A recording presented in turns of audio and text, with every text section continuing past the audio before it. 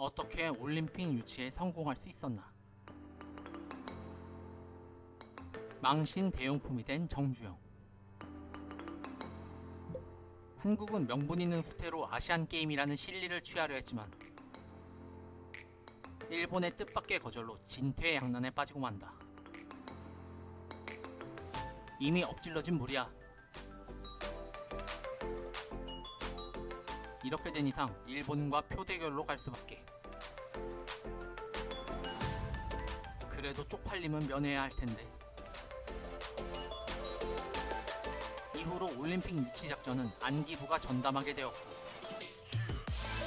안기부는 곧 재벌 총수들을 불러들인다. 그래, 어떤 일로 부르셨습니까?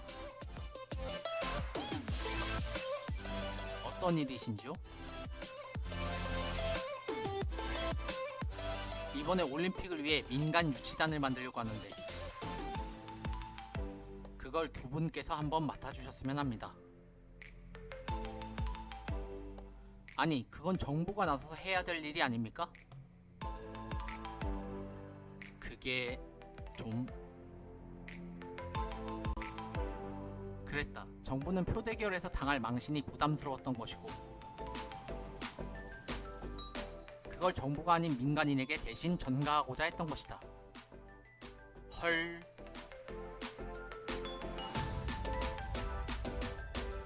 훗날 정주영의 회고다. 나한테는 사전에 한마디 말도 없이 무작정 위원장을 맡으라는 것이었다. 한마디로 정부가 당할 망신 대용품으로 내가 뽑혔던 것이다. 안기부와 정주영이 합작한 로비 활동. 그렇게 시작된 올림픽 민간 유치단. 당시 한국의 IOC 위원이었던 김택수는 이렇게 말했다. 표대결을 하면 서울시는 3표밖에 안 나올 거라고 했어요. 한 표는 내가, 나머지 2표는 미국과 대만에서 나올 거라면서요. 그 정도로 비관적이었죠. 때문에 정부에서는 최대한 망신을 모면하고자 민간 단체를 전면에 내세우면서도 로비 활동을 위한 각종 제반 사항을 안기부를 통해 적극적으로 지원해주고 있었다. 이것이 바로 각국 IOC 위원들의 세세한 신상 명세서입니다. IOC 위원들을 로비할 때에는 본인은 물론 가족들의 생일까지 모두 챙겨야 되고요.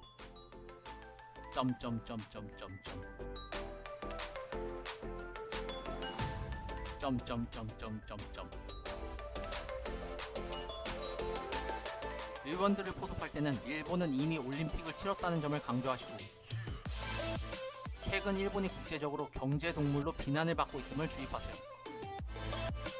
또 로비 활동에 들어가는 일체의 경비는 청구하는 즉시 정부에서 지불하겠습니다. 이런 사실은 절대 비밀로 해야만 합니다. 알겠습니다. 하지만 곧 올림픽 유치단의 로비에 대한 소문이 무성하게 떠돌았다. 한국이 대량으로 항공권을 뿌리고 있다. 어떤 나라의 위원은 서울 여행의 초대를 약속받기까지 했다. 밤이 되면 위원들을 숙소로 초대하여 기생접대를 하기도 한다. 뭐? 기생접대까지? 하지만 이런 소문에 대해 정주영은 전면 부인했다. 당시 외신 보도들은 아주 비정하고 혹독했어. IOC 관계자들까지 웃긴다는 반응이었지. 특히 IOC 총회 장소인 바덴바덴에 가보니까 전혀 가망이 없다는 거야. 이때 어떤 외국 신문 기자가 우리나라 홍보관에 오더니만 안내를 맡고 있던 미스코리아 스튜어디스들을 찍어가더니 그걸 기생으로 등록시켜버리는 거야. 난 맹세코 기생접대를 시킨 적이 없었거든. 하지만 기생접대가 없었을지언정 돈을 많이 쓴 건 분명한 사실이었다. 올림픽 유치단으로 활동했던 한 인사는 정주영은 마음을 결정하지 못했던. IOC 위원들을 상대로 항공권과 현금은 물론이고 향응까지 제공하는데 수백만 달러를 지불했다고 증언했다. 이런 방식은 정주영이 중동 공사 현장에서 건설공사 입찰을 따냈을 때 사용하던 방식이기도 했다. 금품 살포 외에도 안기부는 제1동포들을 동원해 나고야의 올림픽 개최를 반대하는 캠페인을 현지에서 벌이도록 했으니 이들은 서독의 바덴바덴까지 전세 비행기를 타고 날아가 플래카드를 들고 거리를 누비면서